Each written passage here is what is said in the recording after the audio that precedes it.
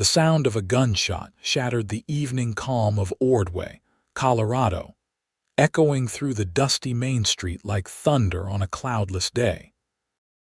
Olivia Garrison's hand trembled violently, the revolver heavy and unfamiliar in her grip as she stared down the barrel at Thomas Blake, the man who had destroyed everything she held dear.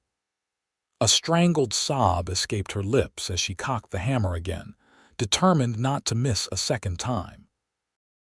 "That's enough, madam." The deep, commanding voice came from behind her just as a strong hand gently but firmly gripped her wrist, pushing the gun's aim toward the ground.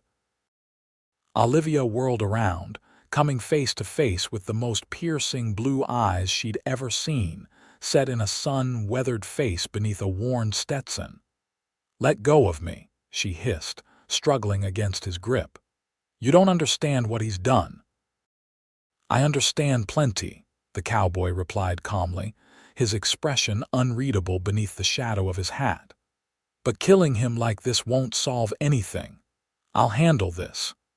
The year was 1878, and Ordway was still a young town, barely 4 years established along the Arkansas River. Like most frontier settlements, it balanced precariously between civilization and lawlessness. Today, that balance had tipped dramatically as Olivia Garrison, the town's schoolteacher, stood in the middle of the street with murder in her heart. "Handle it." Olivia spat, tears streaming down her dirt-smudged face. "There's nothing to handle. He deserves to die for what he's done." The cowboy's grip remained firm but not painful as he slowly lowered her arm. "My name is Levi Owens. I'm the new Deputy Marshal in these parts, and I promise you, madam, justice will be served. But not like this." Thomas Blake had scrambled to his feet by now, backing away with his hands raised, his face ashen with fear. The bullet had missed him by inches, embedding itself in the wooden post of the general store behind him. "She's crazy," Blake shouted, pointing a trembling finger at Olivia. "Arrest her, deputy. She tried to kill me." Levi's eyes never left Olivia's face. "Is that true, madam?" "Yes," she admitted without hesitation, her voice breaking. "And I'd do it again if given the chance." The small crowd that had gathered on the boardwalks watched in tense silence. Most knew both Olivia and Thomas, but few understood what could have driven the gentle schoolteacher to such desperate action. "I think it's best we continue this conversation at the marshal's office," Levi said, carefully taking the revolver from Olivia's hand and tucking it into his belt. He turned to address the onlookers. "Show's over, folks. Go on about your business." As the crowd reluctantly began to disperse, Levi placed a light hand on Olivia's elbow to guide her toward the marshal's office at the end of the street. To his surprise, she didn't resist. The fight seemed to have drained out of her, leaving behind a hollow shell of the vibrant woman he'd heard about since arriving in Ordway 3 days ago. Thomas Blake started to slink away, but Levi's voice stopped him cold. "Not you, Blake. You're coming too." "What for?" Blake protested. "I'm the victim here." Levi's eyes narrowed. "That remains to be seen. Now move." The marshal's office was a simple wooden building with barred windows and 3 small cells in the back. Marshal John Terrence was away in Denver testifying at a trial, leaving Levi in charge of keeping the peace in Ordway. It was a responsibility he took seriously, especially now. Once inside, Levi seated Olivia in a chair by the desk and positioned himself between her and Blake, who remained standing nervously by the door. "Now," Levi said calmly, removing his hat and placing it on the desk, revealing thick brown hair that curled slightly at the ends. "Miss Garrison, I'd like you to tell me what Mr. Blake here has done to deserve a bullet." Olivia's green eyes, still bright with unshed tears, darted to Blake before returning to Levi. "He's a thief and a murderer," she said, her voice barely above a whisper. Blake immediately protested. That's a damned lie. I never stole anything in my life, and I certainly never killed anybody. Levi held up a hand, silencing him. You'll have your turn, Blake. Let the lady speak. Olivia took a deep, shuddering breath. My brother Samuel. He discovered that Mr. Blake has been skimming money from the mine payroll. Samuel was the bookkeeper at the Silverado mine. 3 weeks ago, he confronted Blake about the discrepancies he'd found. Her voice faltered. The next day, my brother was found dead at the bottom of mine shaft 4. They said it was an accident, but Samuel knew those mines better than anyone. It wasn't an accident. Blake's face had gone pale. You can't prove any of this. Everyone knows your brother was careless. Always had his nose in a book instead of watching where he was going. Is that so? Levi asked, his expression thoughtful. And what exactly is your position at the mine, Mr. Blake? I'm the foreman, Blake replied, standing a little straighter. Have been for 2 years now. Levi nodded slowly. And you oversee the payroll, among other things, Blake said defensively. But I never stole a dime, and I certainly never pushed Samuel Garrison down any shaft. The man was clumsy, plain and simple. Olivia lunged to her feet. My brother wasn't clumsy. He was murdered because he knew too much. Levi gently eased her back into her chair. Miss Garrison, do you have any proof of your allegations? Your brother's ledgers, perhaps? A look of frustration crossed Olivia's face. No, our house was broken into the night after Samuel died. His work papers were the only things taken. Blake laughed harshly. Convenient story. Enough, Levi said sharply. Mr. Blake, you're free to go for now, but don't leave town. I'll be looking into Miss Garrison's accusations. Blake's relief was palpable as he reached for the door. You're making a mistake, Deputy. That woman's unhinged with grief. She needs to be locked up before she hurts somebody. I said you're free to go, Levi repeated, his tone leaving no room for argument. For now. After Blake had gone, Levi pulled up a chair across from Olivia and studied her carefully. She was younger than he'd initially thought, probably no more than 22 or 23. Her honey-brown hair had come loose from its pins during the confrontation, and now fell in waves around her shoulders. Despite the dirt and tear streaks on her face, she was undeniably beautiful. I should arrest you, he said finally. Attempted murder is a serious charge. Olivia met his gaze steadily. Then do it. It doesn't change the truth about Thomas Blake. Levi leaned forward, resting his elbows on his knees. I'm not going to arrest you, Miss Garrison, not yet anyway. But I need you to promise me you won't try to shoot Blake again while I look into your claims. And if you find nothing, what then? She challenged. Then I'll keep looking, he replied simply. Justice isn't always swift, but I promise you, if Blake had anything to do with your brother's death, he'll answer for it. Olivia studied him for a long moment, as if trying to determine whether he could be trusted. Why would you believe me over him? You don't know either of us. A small smile touched Levi's lips. I've been a lawman for 8 years, Miss Garrison. I've developed a sense for when someone's telling the truth. Besides, he added, reaching into his pocket and pulling out a folded piece of paper, I received this telegram from the marshal in Denver yesterday. Seems there have been reports of payroll discrepancies at several mines in the territory. Blake's name has come up before. Hope flickered in Olivia's eyes for the first time. Then you already suspected him. Let's just say I was planning to have a conversation with Mr. Blake even before you tried to ventilate him in the middle of town, Levi replied dryly. Olivia had the grace to look abashed. I wasn't thinking clearly. After the funeral, I found a letter Samuel had hidden in one of his books. He wrote that if anything happened to him, Blake was responsible. I just snapped. Levi nodded, understanding all too well how grief could drive a person to desperate actions. Do you still have this letter? Yes, it's at my house. Good, I'll need to see it. Levi stood and retrieved his hat. "I'll walk you home now. Tomorrow we'll start looking for evidence that will stand up in court." As they stepped out onto the boardwalk, the setting sun cast long shadows across the dusty street. Ordway was settling into its evening routine, lamps being lit in windows, the saloon down the street coming alive with piano music and raucous laughter. "My house is at the end of Maple Street," Olivia said quietly as they walked. "It's not far." Levi matched his stride to hers, acutely aware of the curious glances they received from townsfolk they passed. News traveled fast in a small town like Ordway, and by morning, everyone would know about the schoolteacher's attempted shooting. "How long have you been teaching here?" he asked, attempting to ease the tension between them. "Almost a year," she replied. "Samuel and I moved here from Boston after our parents died. He got the job at the mine and the town needed a teacher."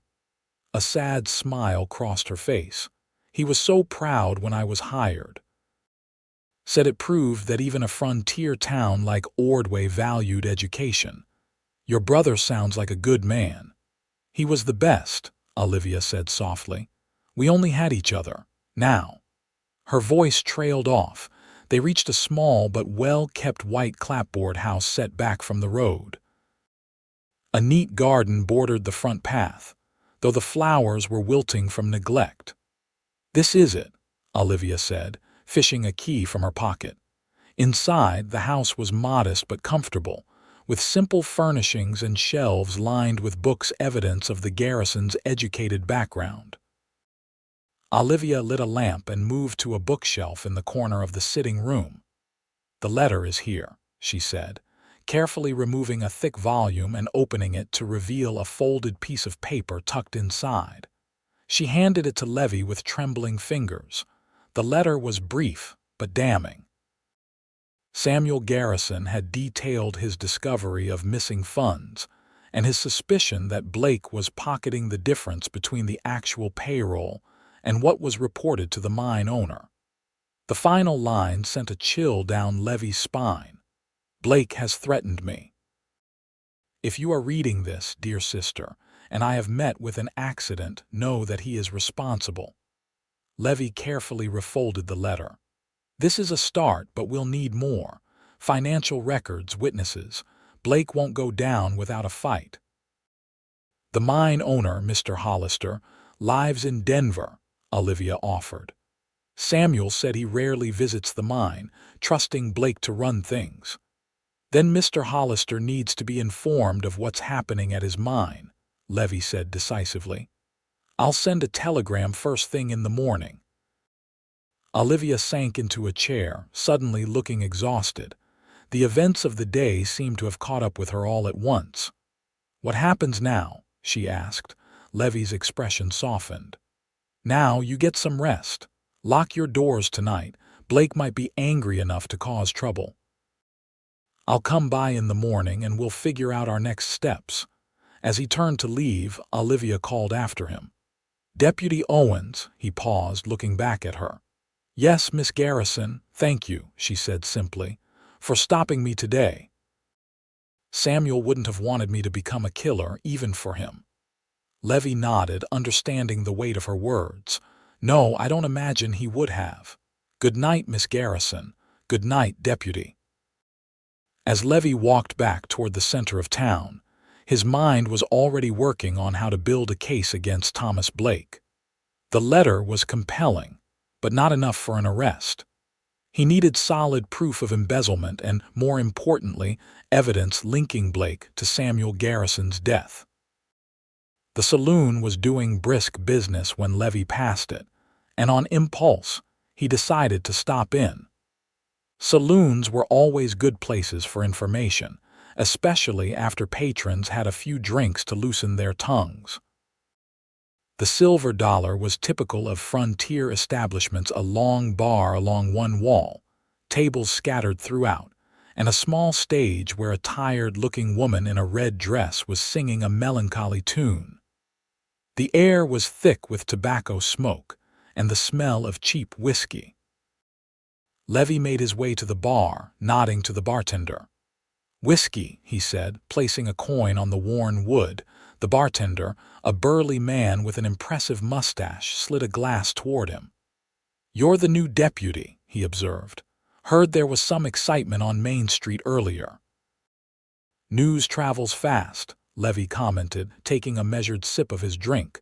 The bartender shrugged. "Small town. That schoolteacher really tried to shoot Tom Blake." "She did," Levi confirmed, watching the man's reaction carefully. "Can't say I'm surprised," the bartender said, lowering his voice. "Blake's not the most popular man in town. Hard on the minors, especially the young ones." Levi leaned in slightly. "What do you know about Samuel Garrison's accident?" The bartender's eyes darted around before he answered. "Not much to know. Man fell down a shaft. Happens in mining towns." "Does it happen often here?" "More than it should," came the guarded reply. "Look, deputy, I serve drinks. I don't get involved in mine business." "But you hear things," Levi pressed. The bartender wiped the bar with a rag, clearly uncomfortable. "Maybe, maybe not." Levi placed another coin on the bar. "I'm just trying to get to the truth." After a moment's hesitation, the bartender pocketed the coin. "Try talking to Michael Ford. He was working near Shaft for the day Garrison died. If anyone saw anything, it'd be him." He nodded toward a corner table where a young man sat alone, nursing a beer. Levi thanked him and made his way over to the table. "Mind if I join you?" Michael Ford looked up, startled. He couldn't have been more than 20, with the pale complexion of someone who spent most of his days underground. "You're the deputy," he said nervously. "Levi Owens," he confirmed, taking a seat. "And you're Michael Ford. I heard you might be able to help me with something." Ford's eyes widened. "I don't want any trouble." "No trouble," Levi assured him. "I just want to ask about the day Samuel Garrison died. You were working near Shaft 4, I understand." The young miner's hands began to tremble slightly. "I didn't see nothing," he said quickly. "I told Blake the same thing." Levi's interest sharpened. "Blake asked you what you saw that day." Ford looked like he regretted his words instantly. "I misspoke. Nobody asked me nothing." "Michael," Levi said gently, "if you know something about how Samuel Garrison died, now's the time to speak up. His sister deserves to know the truth." The young man's face contorted with indecision. "You don't understand. I need this job. I got a mother and sisters to support." "I can protect you," Levi promised, "but only if you're honest with me." Ford was silent for a long moment, then he leaned forward, speaking barely above a whisper. "I was checking support beams near Shaft 4. I heard voices arguing. Garrison and Blake. Blake was real angry, saying Garrison should mind his own business if he knew what was good for him." He swallowed hard. "Then it got quiet. A minute later I heard someone screaming. By the time I got there, Garrison was at the bottom of the shaft and Blake was standing at the edge, looking down." Levi felt a cold anger building inside him. "Did Blake see you?" Ford nodded miserably. "He told me I didn't see anything, and if I said different, I'd be next. Said nobody would miss another Irish miner." "Would you be willing to testify to what you saw?" The young man paled. "They'd kill me for sure." "Not if Blake's behind bars," Levi countered, "and he will be with your help." After a moment's hesitation, Ford nodded reluctantly. "For Miss Garrison. Her brother was always kind to me, helped me with my letters so I could write to my ma back east." "Thank you, Michael. Don't speak of this to anyone else for now.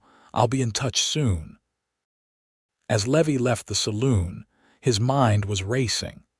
Ford's testimony was crucial, but still not enough. He needed to find those missing financial records to prove Blake's embezzlement. And for that, he might need to pay an after-hours visit to the mine office.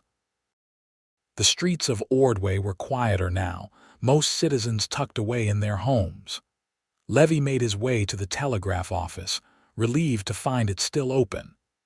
The operator, A thin man with spectacles perched on his nose looked up from his newspaper as Levi entered.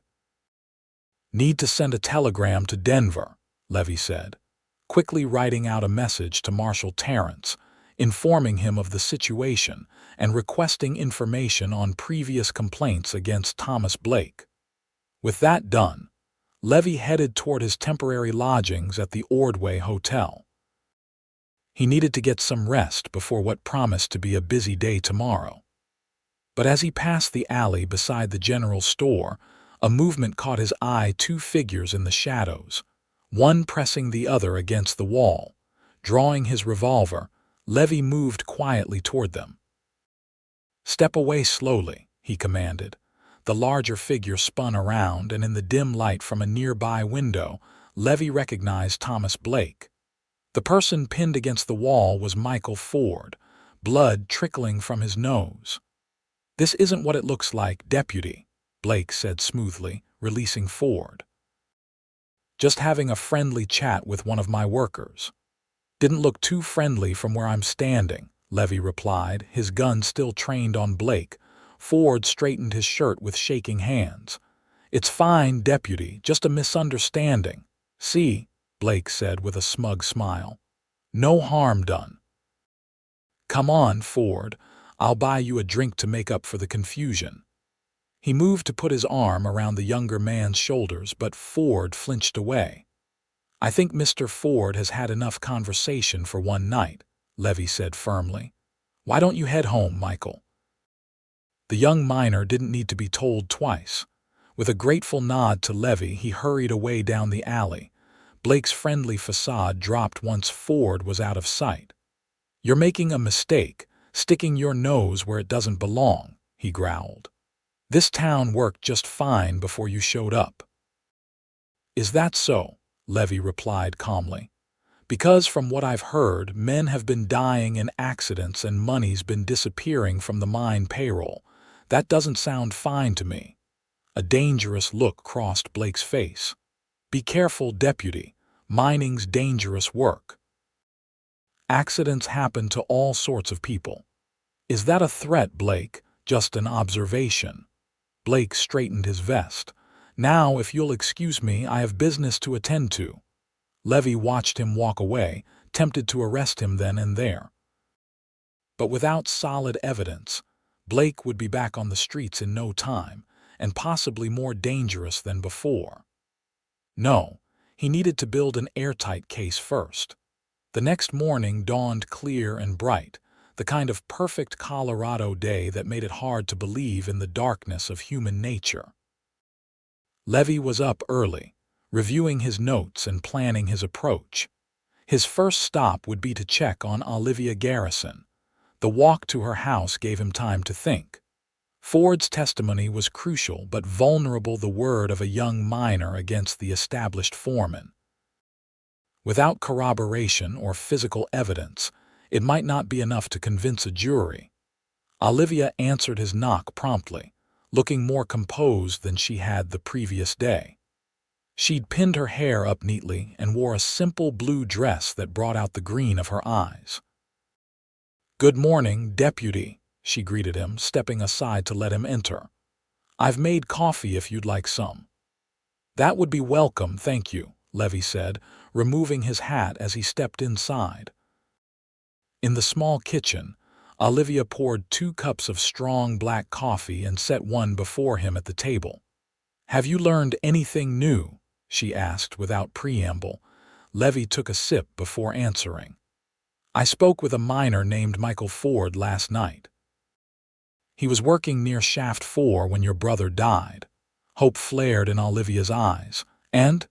He heard your brother arguing with Blake just before the incident." Levi chose his words carefully. "He's willing to testify about what he witnessed, but he's scared. Blake threatened him." Olivia's hand tightened around her cup. "That man has this town terrified. Even the marshal seems reluctant to cross him." "The marshal is a good man," Levi defended his superior. "But without solid evidence, his hands are tied. That's why we need to find those financial records your brother kept." Olivia frowned thoughtfully. Samuel sometimes brought work home. He might have kept copies of some documents. I haven't had the heart to go through his things yet. Would you mind if we did that now? Levi asked gently. Those records could be the key to bringing Blake to justice. Olivia nodded determinedly. Samuel's room is this way. The bedroom at the back of the house was Spartan but neat, with a single bed, a chest of drawers, and a small desk by the window. Books lined a shelf above the desk: mathematics, geology, and several volumes on accounting practices. He was very organized, Olivia said softly, running her hand along the spines of the books. Always said good bookkeeping was like poetry, everything in its proper place. Levi began carefully searching the room, mindful of Olivia's feelings. He checked the drawers of the desk first, finding only writing implements and blank paper. What about hidden compartments? He suggested. If Samuel was concerned for his safety, he might have concealed important documents. Olivia's eyes widened with sudden realization. The floorboard. When we first moved in, Samuel discovered a loose floorboard under his bed. He joked about having a secret hiding place. Together, they moved the bed aside, and Olivia pointed to a seemingly ordinary plank. Levi knelt and pried it up with his pocketknife, revealing a small cavity beneath. Inside was a leather-bound ledger. This could be it, Levi said, carefully lifting it out and opening it on the desk. The ledger contained meticulous records of the mine's payroll over the past year, with annotations in Samuel's neat handwriting highlighting discrepancies. Red ink circled specific entries where the reported wages didn't match the actual disbursements. At the back was a summary page showing that over $5,000 had been skimmed from the miners' wages and the mine's profits. This is damning evidence, Levi said, flipping through the pages. Samuel did a thorough job documenting Blake's theft. Olivia's eyes filled with tears. That's why Blake killed him. Samuel wouldn't let this injustice stand. Levi gently closed the ledger. With this and Ford's testimony, we have enough to arrest Blake, but I'm concerned about your safety. Blake knows you suspect him in your brother's death. I'm not afraid of him, Olivia said with quiet determination. I wasn't thinking clearly yesterday with the gun, but I won't hide from that man. Levi admired her courage, even as he worried about her safety. Nevertheless, I think it would be best if you stayed somewhere else for a few days, at least until Blake is in custody. I have nowhere else to go, she pointed out. Besides, term starts again on Monday. I have responsibilities to my students. Before Levi could argue further, a loud crash from the front of the house startled them both. He drew his revolver and moved quickly to the doorway. Stay here, he ordered Olivia in a low voice. The sound of splintering wood told him someone was breaking in the front door. Levi moved silently through the hallway, staying close to the wall. He reached the corner just as two men burst into the sitting room. One was Thomas Blake, and the other a burly miner Levi didn't recognize.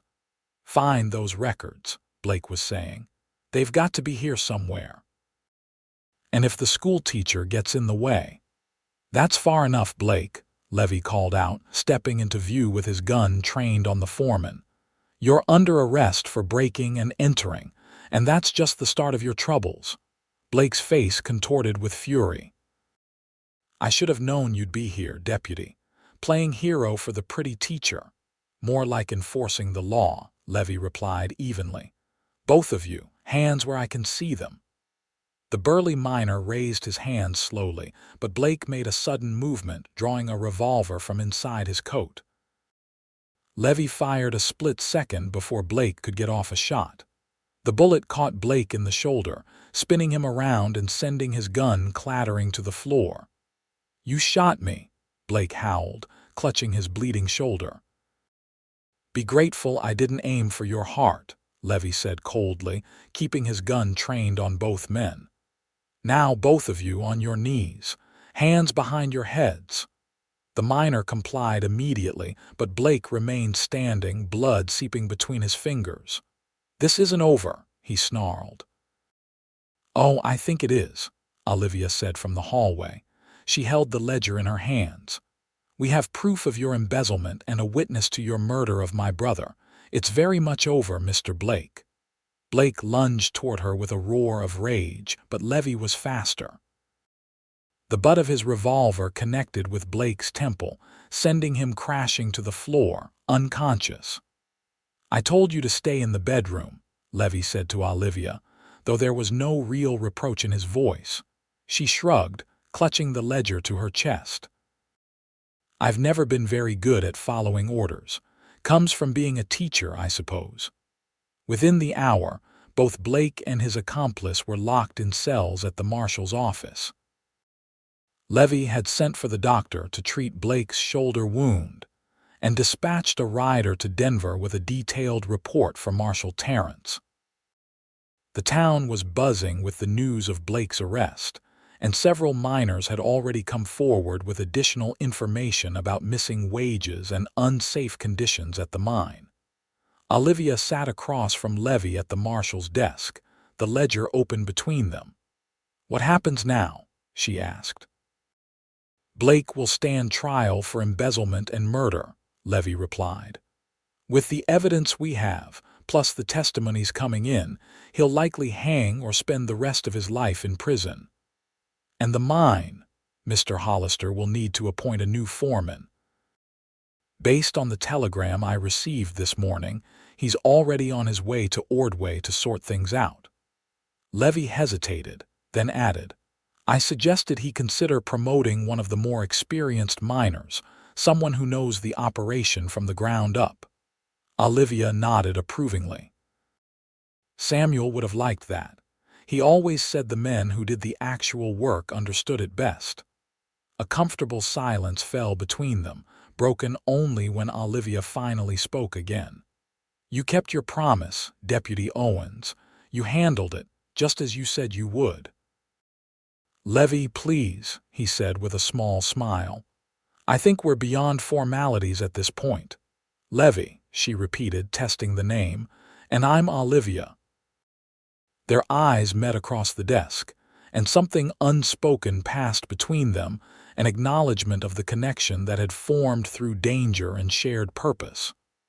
"Will you be staying in Ordway?" Olivia asked, trying to sound casual. "Now that this case is resolved, I mean." Levi leaned back in his chair, considering. "Marshal Terrence offered me a permanent position before he left for Denver. At the time, I wasn't sure if I wanted to settle here." His eyes held hers. "I'm starting to think it might be a good place to put down roots, though." A faint blush colored Olivia's cheeks. "The children would be pleased. They've been curious about the new deputy." "Just the children?" Levi asked with a hint of a smile. "Perhaps their teacher as well," Olivia admitted, returning his smile with one of her own. Over the next few weeks, as spring blossomed across the Colorado plains, so did the relationship between Deputy Levi Owens and schoolteacher Olivia Garrison. Thomas Blake's trial was swift, and decisive, the evidence against him overwhelming. He was sentenced to hang for the murder of Samuel Garrison and to serve 20 years for embezzlement, though the murder sentence rendered the latter purely academic. The mine reopened under new management, with Michael Ford promoted to assistant foreman under Mr. Hollister's direct supervision. Safety conditions improved dramatically, and the miners received back pay for the wages Blake had stolen for Olivia. Justice for her brother brought a measure of peace, though the grief remained. Teaching provided purpose, but it was Levi who brought unexpected joy back into her life. Their courtship was the talk of Ordway, the handsome deputy, and the spirited schoolteacher who had found each other under the most unusual of circumstances. On a perfect June evening, Levi took Olivia riding along the Arkansas River. They stopped at a picturesque spot where the water curved gently around a stand of cottonwood trees. A picnic basket was secured to Levi's saddle, and he spread a blanket on the grassy bank. "This is beautiful," Olivia said, taking in the scenery as Levi poured 2 glasses of lemonade from a jar in the basket. "I've been so busy with school, I'd forgotten how lovely the countryside is here." "That's the trouble with town living," Levi agreed, handing her a glass. "Too easy to get caught up in 4 walls and forget the wide open spaces." They ate the simple meal of fried chicken, biscuits, and apple pie that Mrs. Peterson from the hotel kitchen had prepared at Levi's request. As the sun began its descent toward the mountains in the distance, casting long golden rays across the river, Levi grew uncharacteristically quiet. "Is something wrong?" Olivia asked, noticing his pensive expression. Levi shook his head, taking her hand in his. "Nothing's wrong. In fact, for the first time in a long while, everything feels right." He took a deep breath. "Olivia, before I came to Ordway, I was just drifting from one marshal's office to another. No real home, no real purpose beyond the next job. And now," she prompted gently when he paused, "now I can't imagine being anywhere else, or with anyone else." He reached into his pocket and withdrew a small velvet box. "I know it hasn't been very long, but when something feels this right, it doesn't make sense to wait." Olivia's breath caught as he opened the box to reveal a delicate gold ring with a small diamond that caught the last rays of sunlight. "Levi, I love you, Olivia Garrison. Your strength, your kindness, your fierce determination. I want to spend my life with you if you'll have me."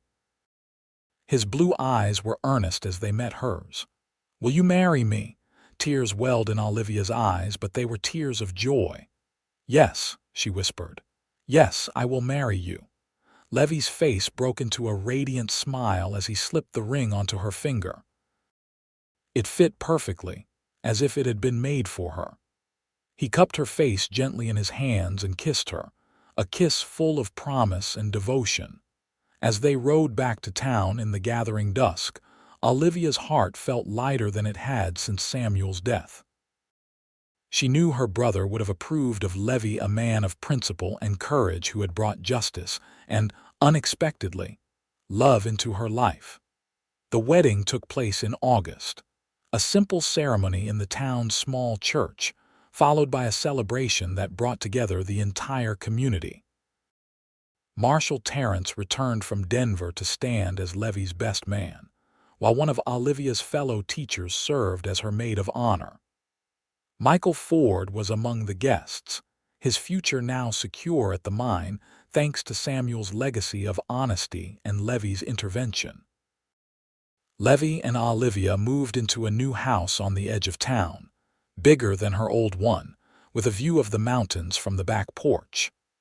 Levi continued his work as deputy, eventually being promoted to marshal when Terrence retired the following year. Olivia remained the town's beloved schoolteacher, known for her innovative methods and genuine care for her students.